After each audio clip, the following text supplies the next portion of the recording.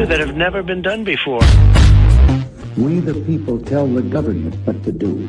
It doesn't tell us. We the people are the driver. The government is the car. And we decide where it should go and by what route to do. We the people are free. And I hope we have once again reminded people that man is not free unless government is limited.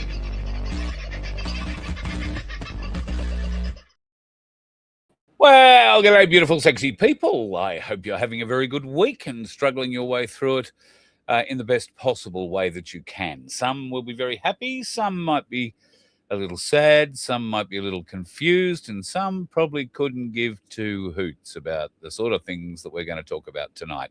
If you're one of them, then this might be the ideal time to turn off or pick another one to watch. But tonight, we're going to have another talk about One Nation. We're going to have a talk about the National Party.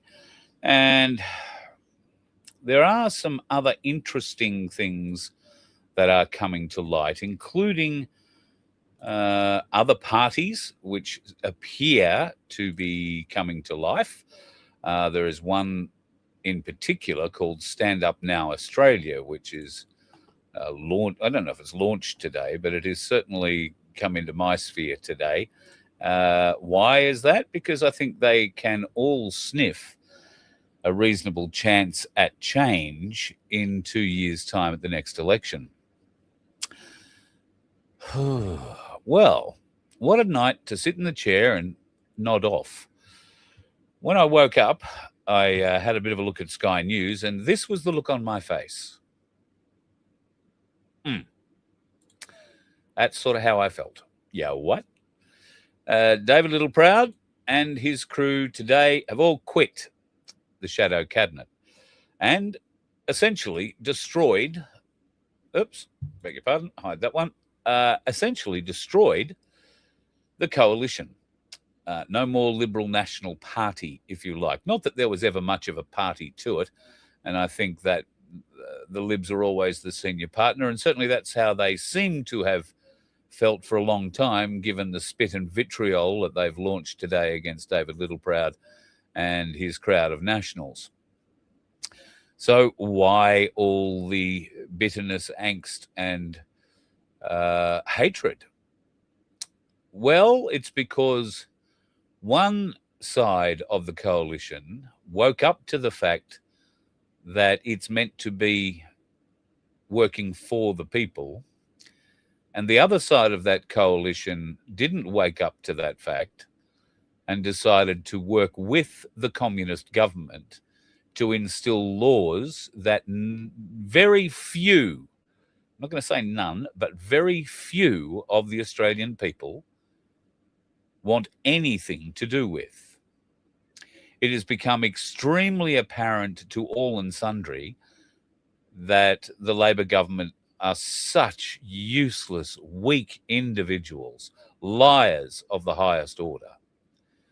And I believe in great part what happened on the 14th of December at Bondi was done so that many of the asleep normies can finally wake up. By the way, I won't be pausing at 7 o'clock this evening. Just letting you know. I know it's probably past 7 o'clock where you are. If you paused and lit a candle, good on you. Great. I hope you feel wonderful. You'll make all the Jewish people near you feel wonderful. If I light a candle here, I'll probably set the bus on fire. But I've mourned those people. I've done all the mourning I'm going to do for them. And I am certainly not taking any responsibility for what happened, unlike, well, neither is Albanese, I guess, because as we pointed out the other day during question time, he pointed out that he was sorry that he was Prime Minister when this happened.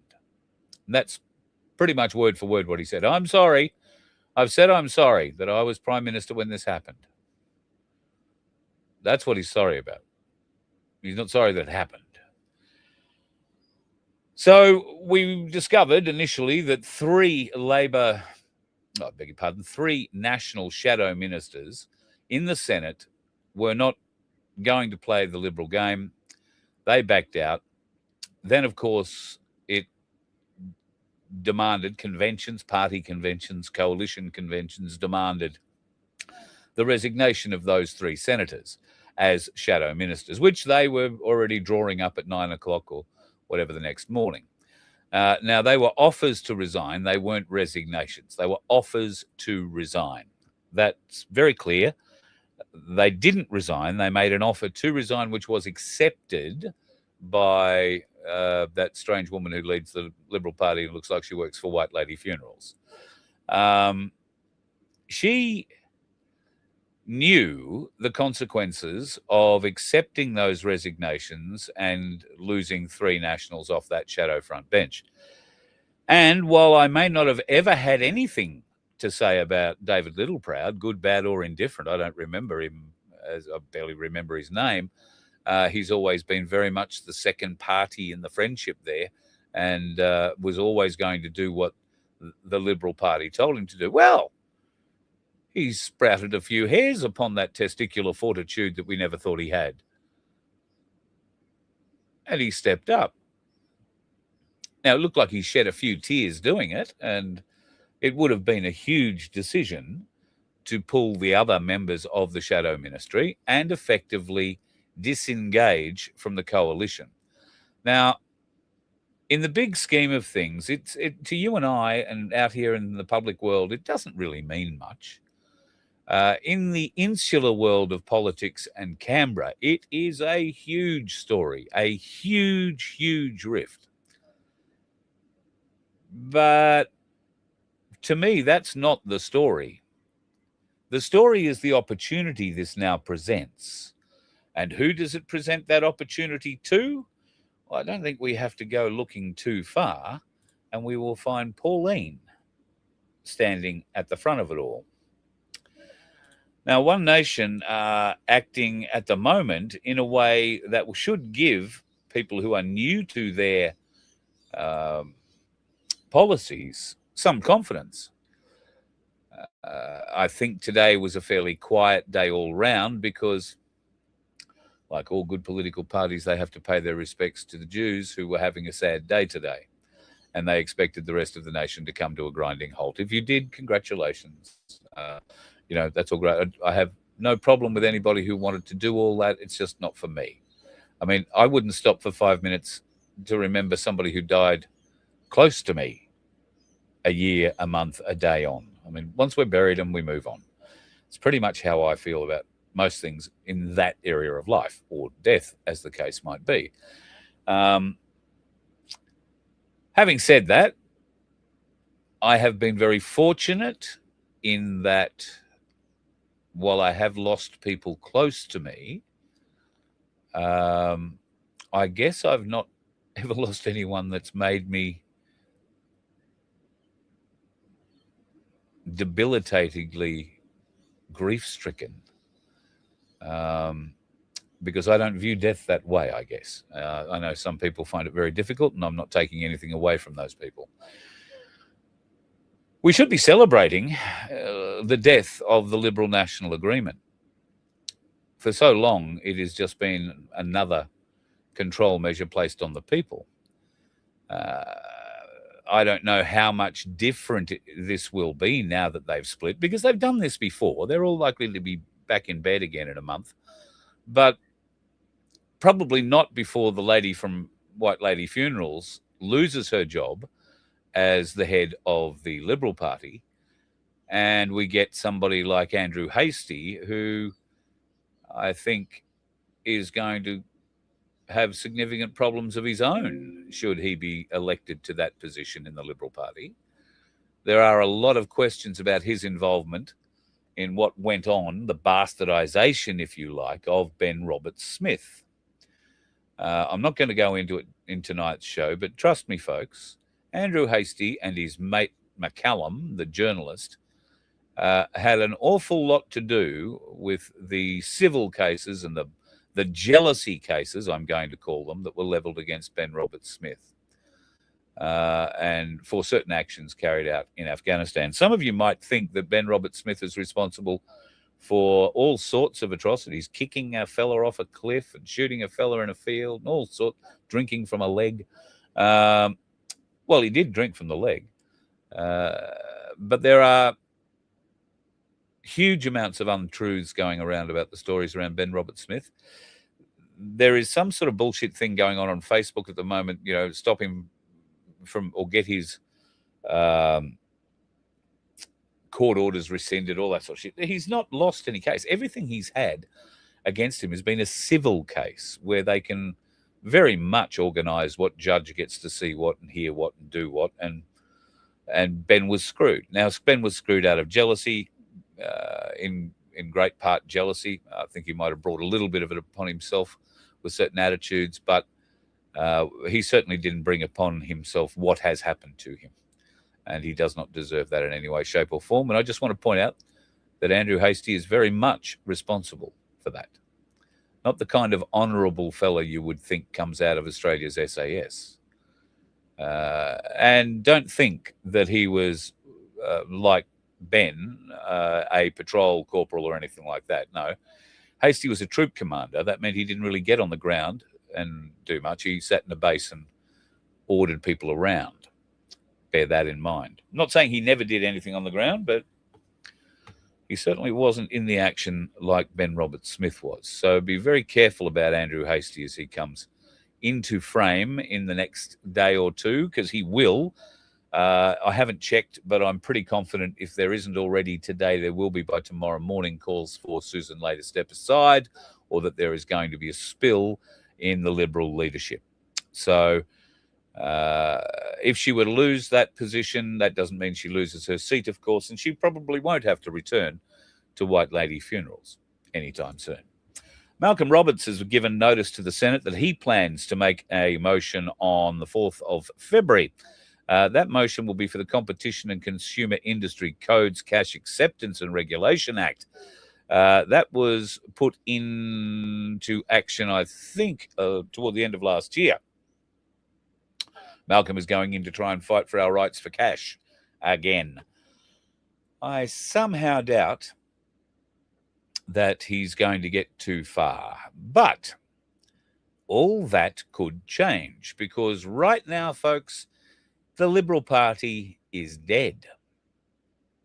Pauline Hanson and One Nation in one poll, admittedly, and one poll does not make a winning election, but it is the first poll in history that has a minor party leading above one of the big two.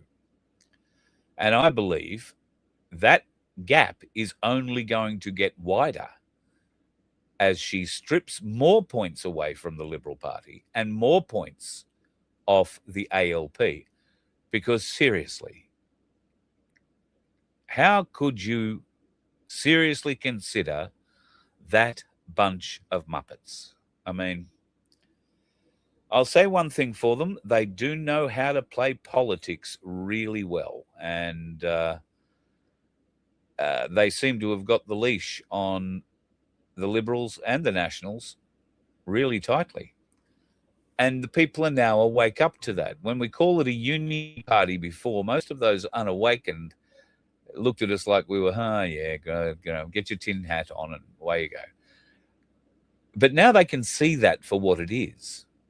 I really do believe a lot of the things that we are seeing are to awaken more people. The actors are working to a script and they are playing their roles very, very well. It'll remain to be seen just how well as we go forward. And Monday might just be a test for that. Our Australia Day celebrations around the country, March for Australia, which I'm going to call it in every state because it's too difficult. You've all gone and fragmented yourselves for whatever friggin' reason. And,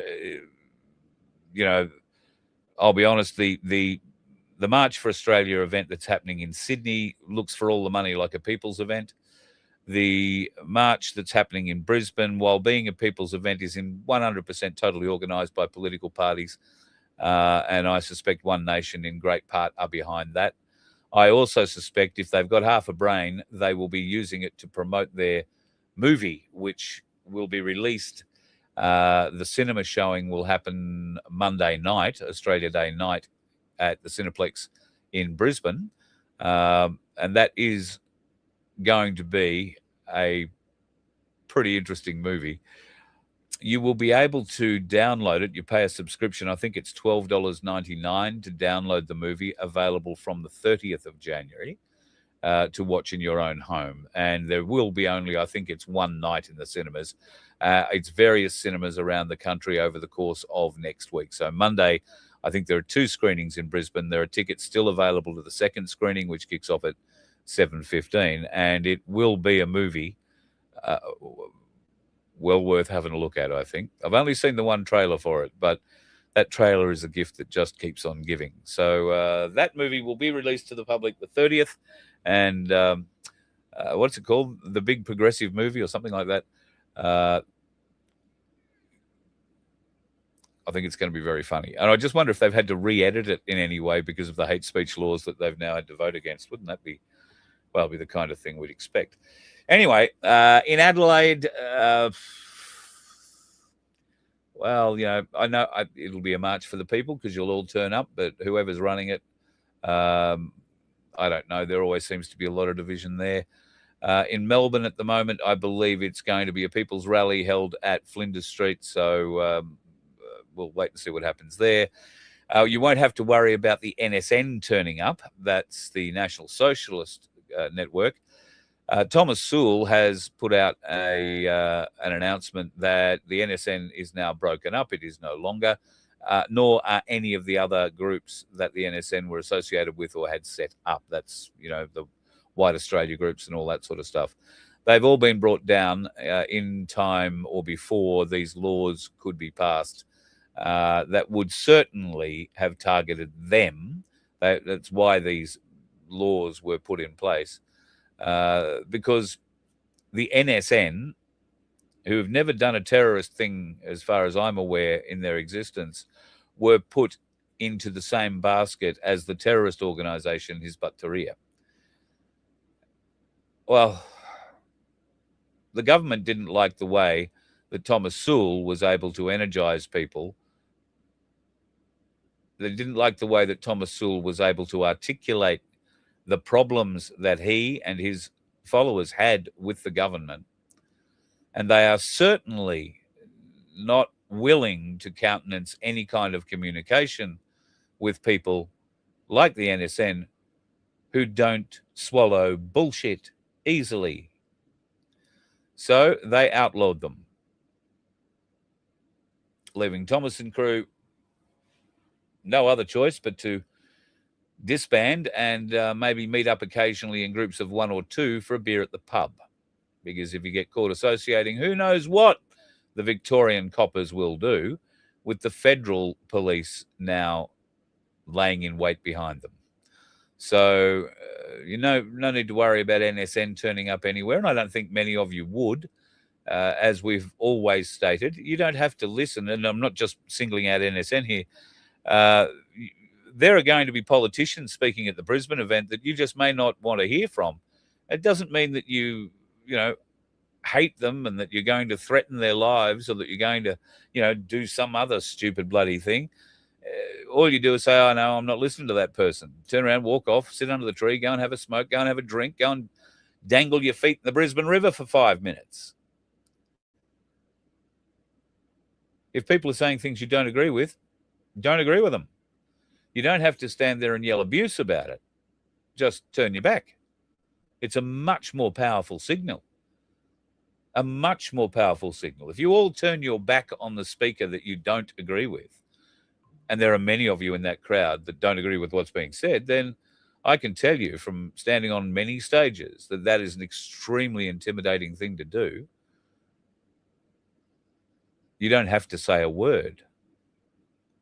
Now, you will get those presenters, and I could say the one that was presenting at Brisbane a little while back would be one of the ones I would name in this, who've got hides as thick as rhinoceros and don't care whether you're looking at them. They find it easier to lie to your back anyway. So that wouldn't worry those sorts of people, but it does worry good people. And I believe in Brisbane there are all sorts of good people who are going to be standing up to speak, along with all sorts of politicians. I'm not saying the politicians are bad. Just saying it's not really a people's event. I know that there is a lot of money, political money, that has been ploughed into the Brisbane event. And, well, I'll leave it up to you to decide whether that's a good thing or a bad thing. Yeah, I'll leave that up to you to decide. Right. In Sydney, they have decided that the march will be allowed to go ahead. The Sydney protest ban has been modified. It hasn't been lifted. The police came out in Sydney yesterday, I think it was, and said, no, we're still having these restrictions about marches in the city. However, we're going to modify them so that these ones can go ahead for the March for Australia. They sounded very magnanimous in allowing this march to go ahead. The fact of the matter is it's Australia Day, and if the police thought for 1 second they were going to stop Aussies going out and celebrating their day, they've got less brains than even I give them credit for. So it's clear they've got a few more brains up there than we thought. So they've taken the high ground and said, yes, we'll let you have your parade. We'll let you have your march. Bullshit. It was going to happen anyway. So as long as the coppers feel happy and in control, I guess that's all that matters. Here's something I picked up the other day, which I found a little bit interesting. Australia has tested its, well, it says its first direct energy weapon, but I do not know that it is the first. We have been at the forefront of direct energy weapon technology now for some years.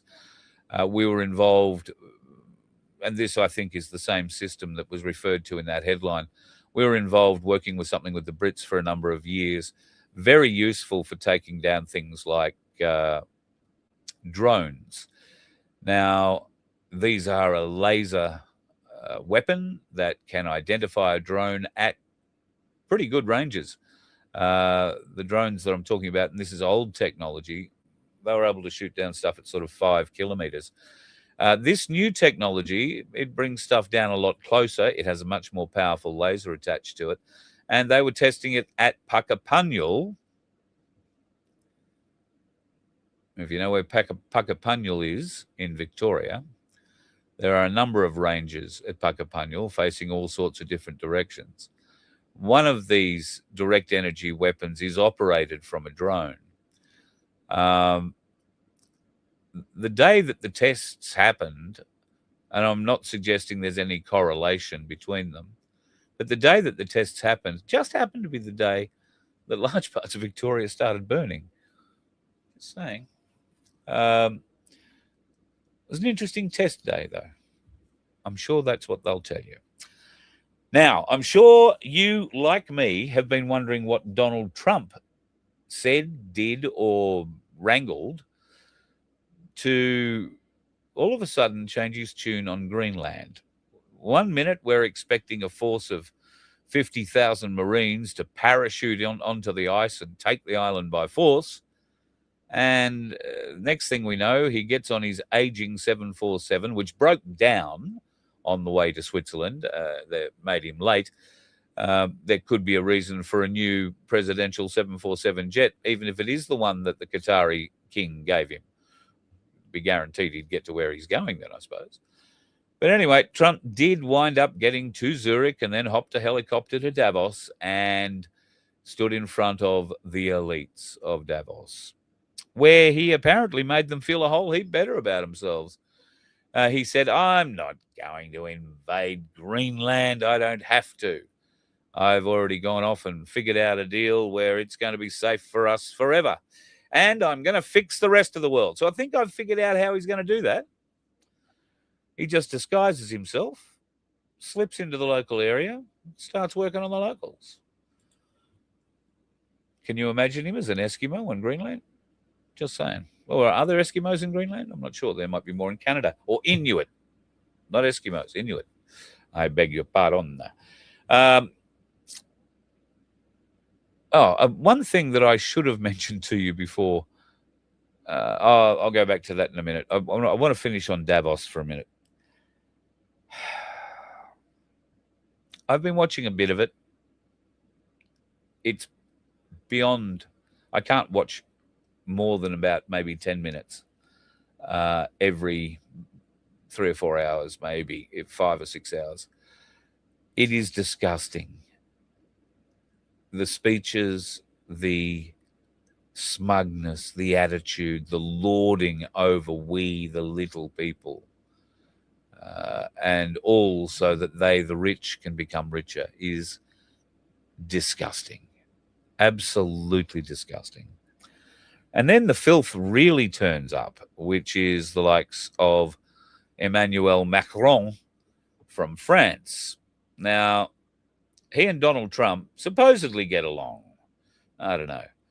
But Macron turned up today, or yesterday, in Davos, looking 100% extremely dapper and like a man who's been beaten up by his wife. He's wearing these aviator sunglasses during his speech. He did not come out of those aviator sunglasses at all on his day one at Davos. He was meeting people backstage in them. He was greeting them in off areas and then goes out to the world and looks for all the money like a despot dictator there in his reflective bloody aviator glasses. What a pathetic piece of shit he really is. I thought it quite funny. There is a Donald Trump parody account on Facebook called Il Donaldo Trumpero or something like that. And they posted up something that I thought was very, very funny. I'm just going to see if did I take a screenshot of it?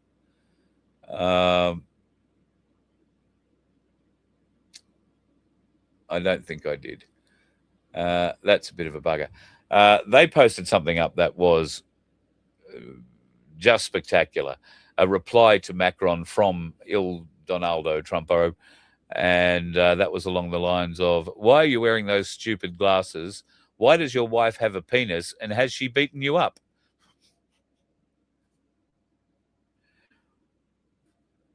Sort of speaks for itself, I think, don't you? Sort of very much how I feel. So when I see things like that at Davos, I haven't watched anything from Avi to see, who he's been annoying. I did see he and Ezra get Justin Trudeau yesterday, as he and what's that satanic cow that he's dating at the moment? Katy Perry, who looked for all the money like a demon walking down the street. I don't know if that's because the press weren't paying any attention to her and it was all on her boyfriend, or just the simple fact that she doesn't like being seen in daylight like most vampires. However, be that as it may, Avi and crew are over in Davos trying to ask some of the hard questions, and we're grateful that somebody there at least is trying to do it, because it's been pretty obvious for a long time that there ain't nobody asking too many of the hard questions.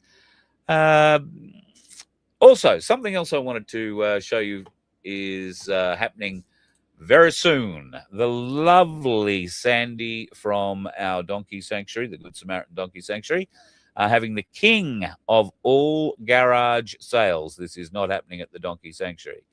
Now, it is happening from Friday tomorrow, Saturday, Sunday, and Monday. Now, I can tell you that I have seen a great deal of no, I haven't. I've seen a small portion, but it was all good gear. There is a lot of stuff in this garage sale. All the details are there. 606 Glen William Road, Glen William.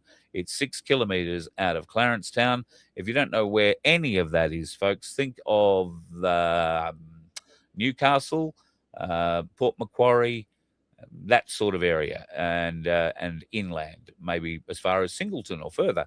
There is plenty of stuff, plenty of really good, cheap stuff at the garage sale. Now, this is going to not only help the Donkey Sanctuary, but it will also help Sandy's mum and dad, who have quite a lot of the stuff, I think, that's out there, is belonging to them as well. So if you would like to get along, it is a beautiful drive, an absolutely lovely drive.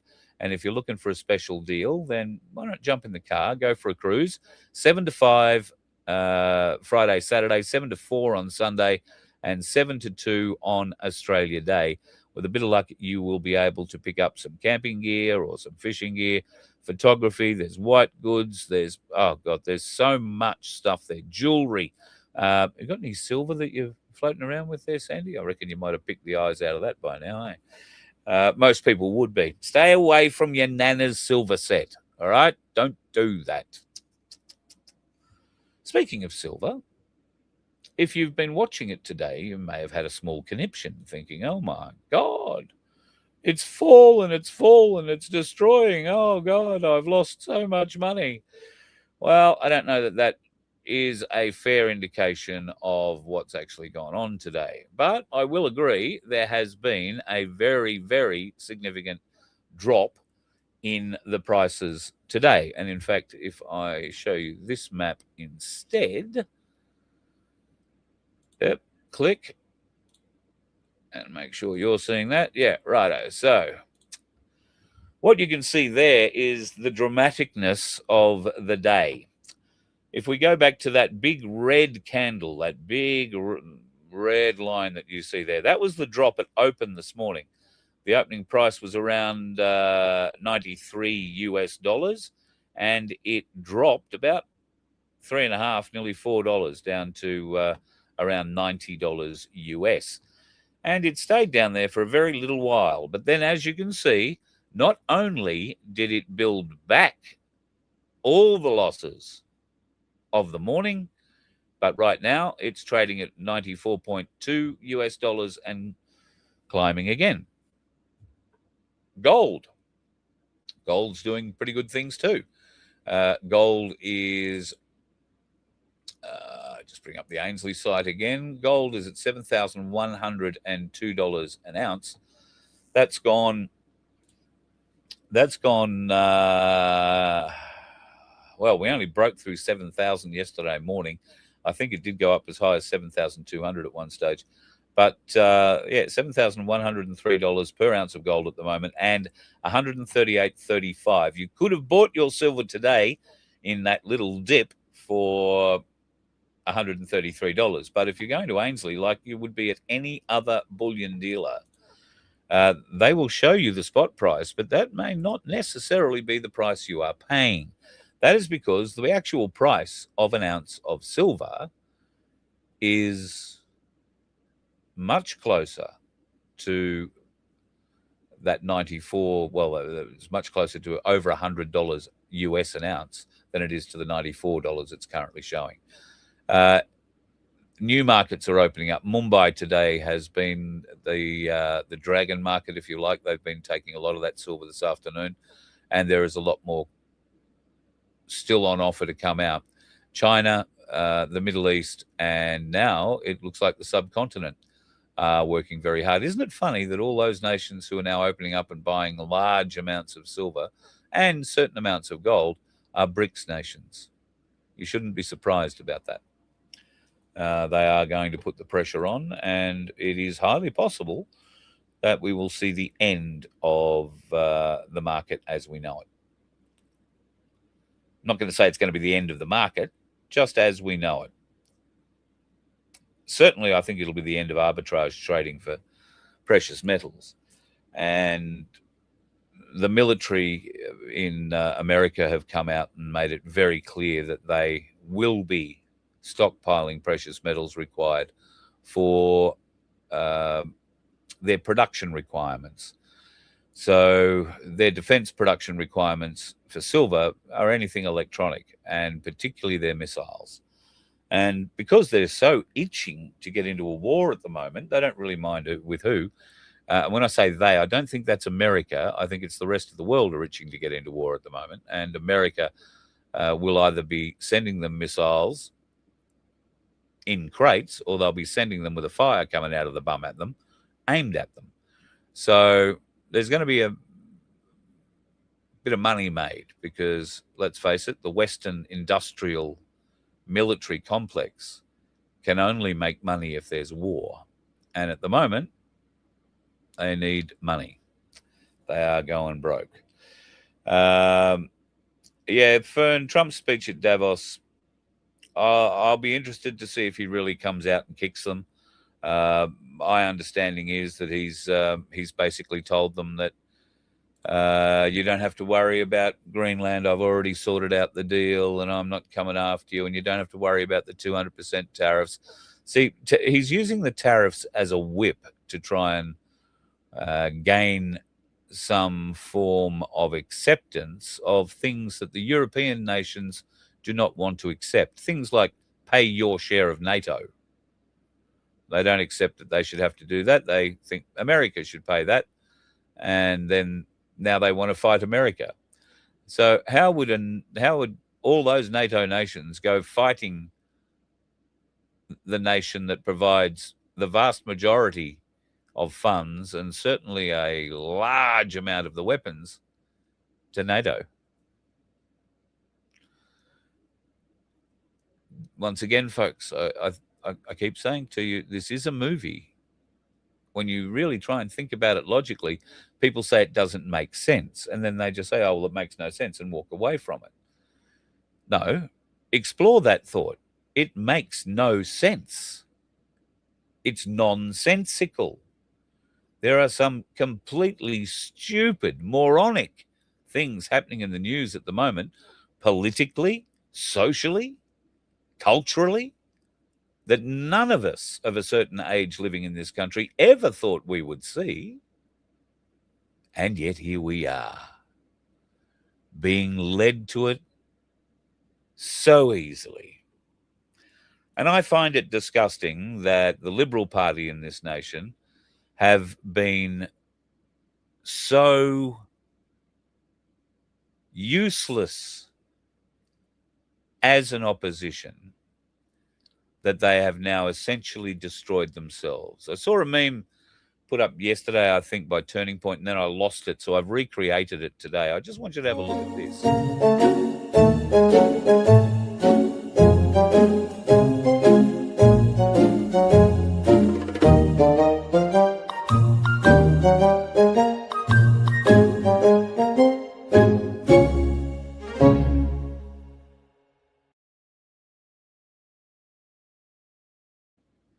Sadly, that's exactly what the Liberal Party is. It is the lesser partner in the uniparty. And the Labor Party at the moment, they've got their paw on their head,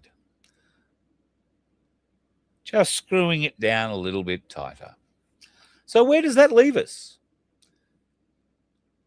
Does that leave us with the potential of the Liberal Party being decimated at the next election to a point of being pointless?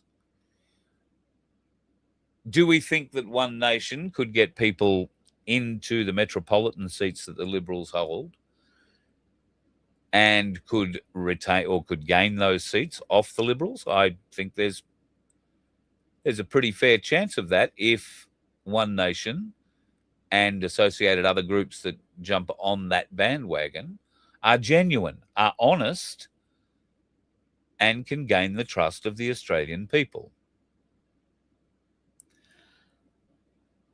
But I would add to that by gaining the trust of the Australian people, you're on notice. You'll only get one go to prove that you are doing as much as possible, as fast as possible, to rectify the abuses that have been put upon the Australian people for the last 50 plus years. It's longer than that, but let's go back to 1973 and start from there, or even 1966 and start from there. I think that would make Donna and Peter from Corruption Whistleblower a bit happier.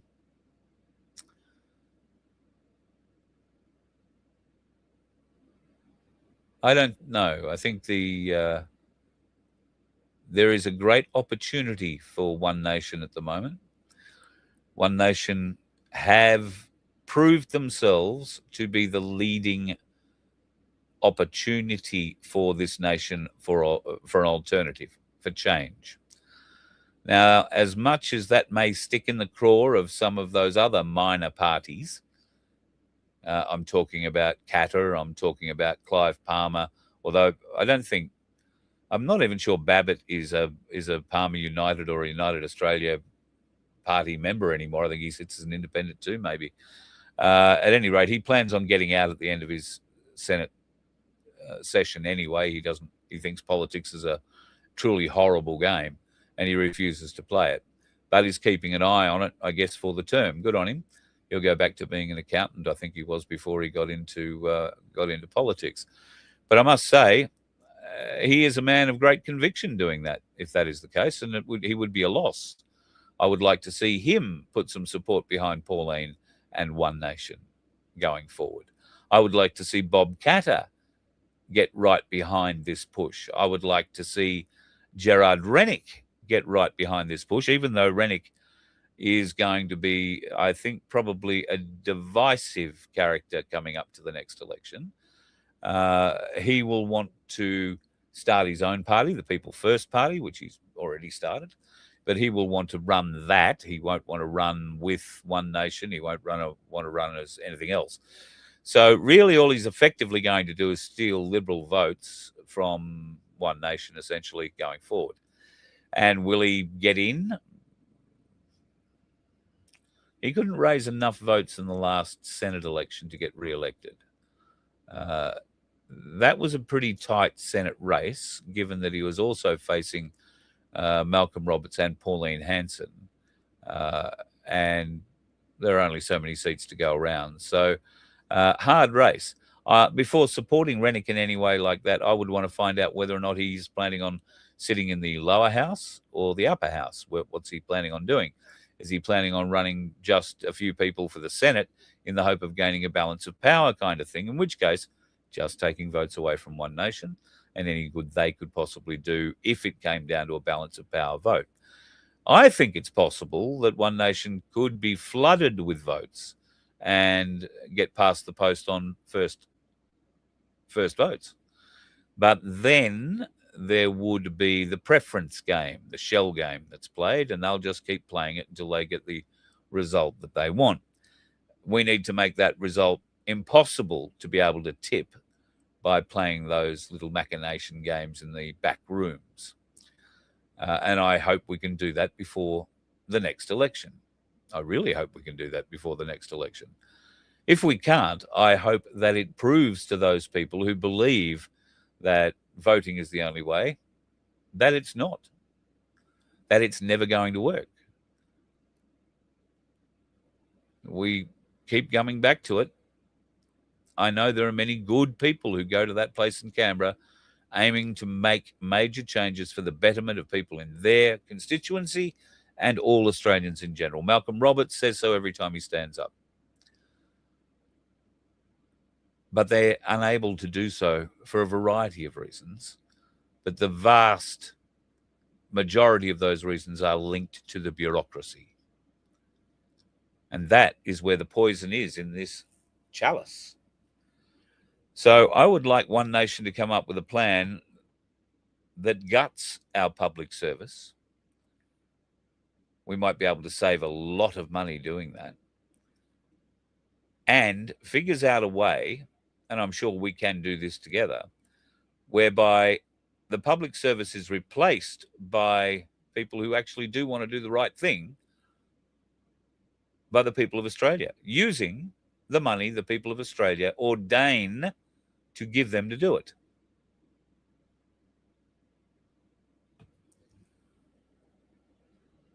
Many of the people in Australia refuse to pay taxes because, like Kerry Packer said, you don't do any good with the money we give you now. Why would we give you more? Well, that's very true. And when you look into the laws surrounding taxation, they open up some interesting questions as well.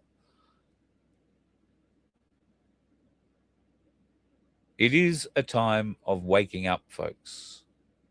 And some of it, I am incredulous at the stupidity, at the audacity, at the sheer weirdness of what we are being confronted with almost on a daily basis. Today has been the exception because everybody's hiding inside, feeling sorry for the Jewish community in a parliamentary or political sense.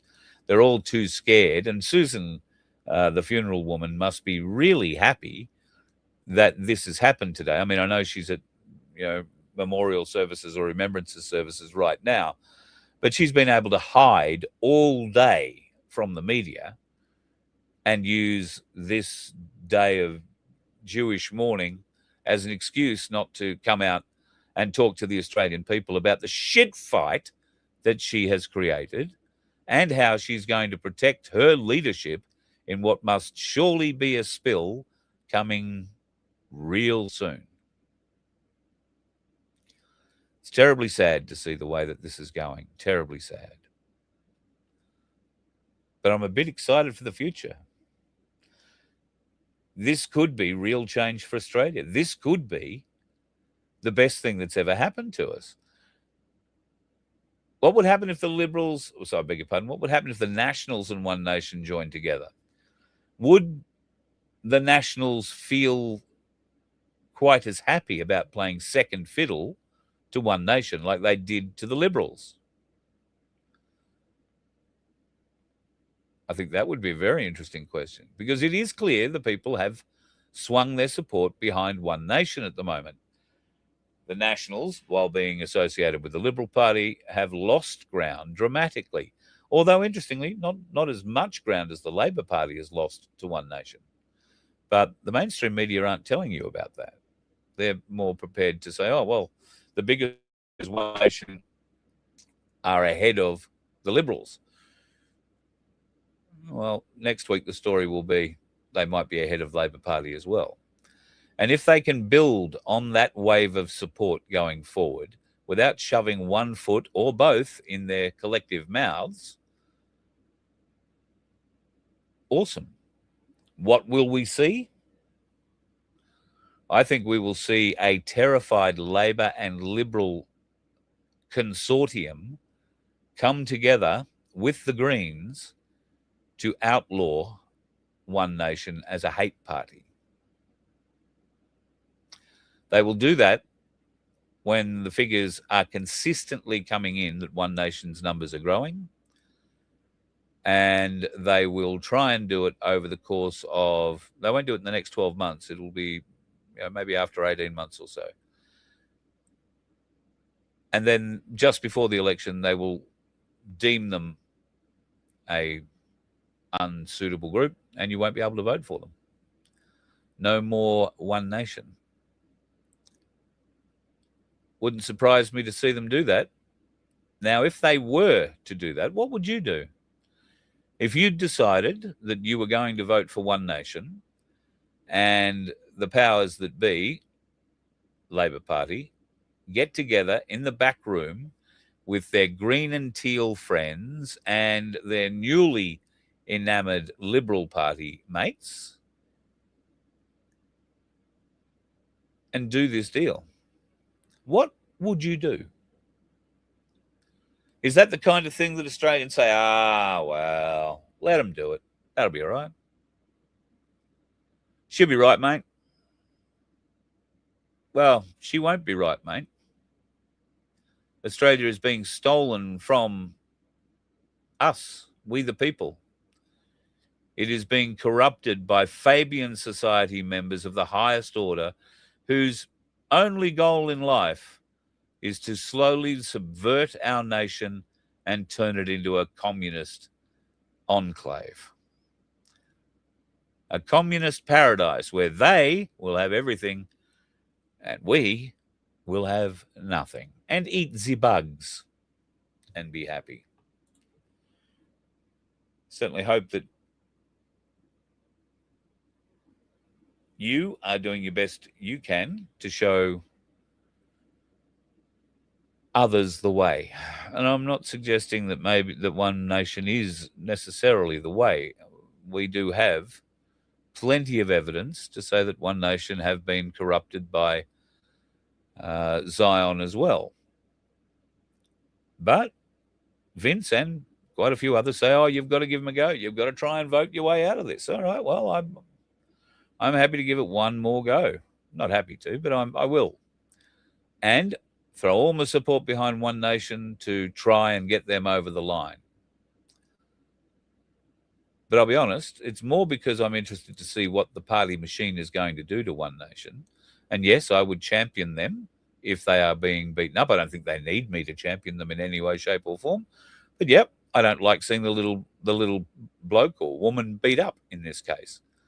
I don't see the little party. I don't like to see the little party being kicked around. Never did. So let's see how it goes for the time being. And let's hope that in a couple of years' time, when the election swings around, that there is a wave of support that is far too big for the uni party to overcome in preferences, and One Nation is swept to victory as part of a coalition involving the Nationals, the Katter Party, Clive's lot if they're still around, and an independent cooperative. Because there will be independents who are elected in this election coming, a lot of them, I think. They're all going to need to work together, broadly speaking. Things to be wary of: getting a big head. One Nation right now are copping some of the best press they've ever had in their entire existence.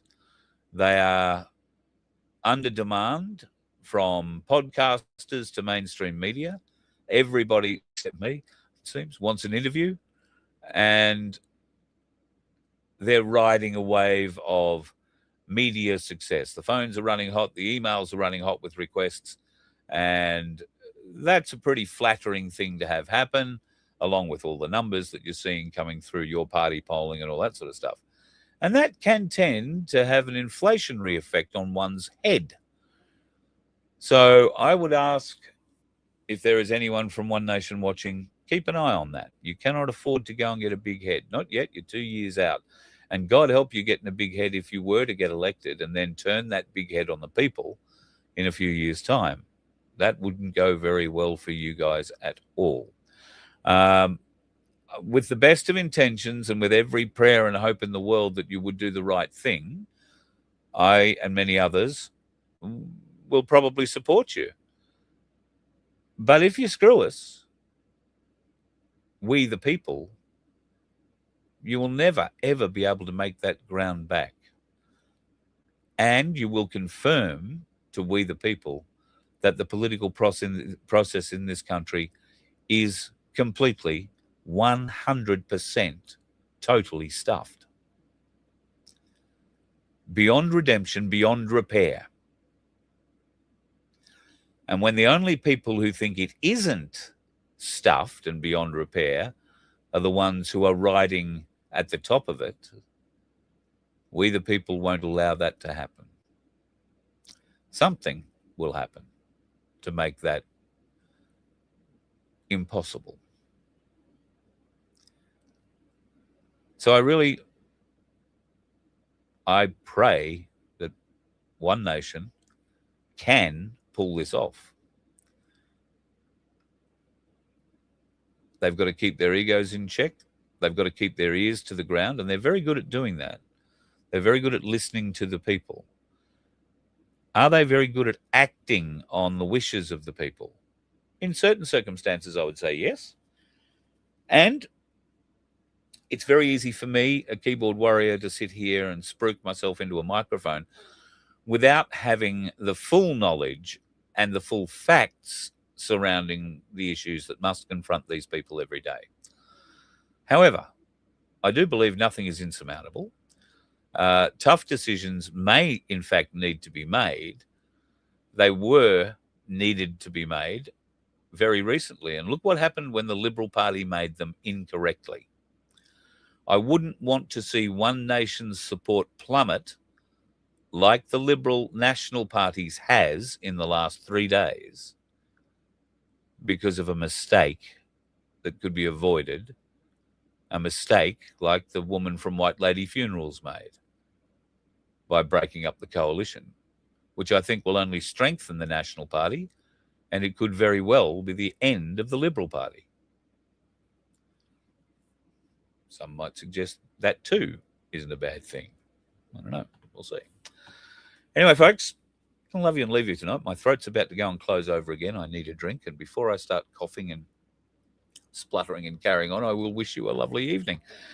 Be safe and be happy in what you do. I will tell you that Laura has arrived safely today in her destination. That's a load off my shoulders. And I think is settling in, having dinner with her niece right now. So she's very happy, very chuffed. And thank you to all the dickhead drivers on the road for avoiding her in her 2,000-odd kilometre journey. I really appreciate it. Folks, I hope those dickheads avoid you too if you're heading out tomorrow. I am. I'm heading to the Gold Coast tomorrow. I may pop into Ainslie just to see how busy they are. I'll be down that way. And I might be able to record an interesting little story from a real studio. I'm going into a podcast studio tomorrow to do a few things. So you never know, you might see some changes in the near future. Who knows? Rest assured, the dickheads on the road will be avoiding me. You have yourself a bloody good night. You folks. let one ant stand up to us, then they all might stand up. Those puny little ants outnumber us 100 to 1. And if they ever figure that out, there goes our way of life. It's not about food. It's about keeping those ants in line. That's why we're going back. Does anybody else want to stay? Let's ride!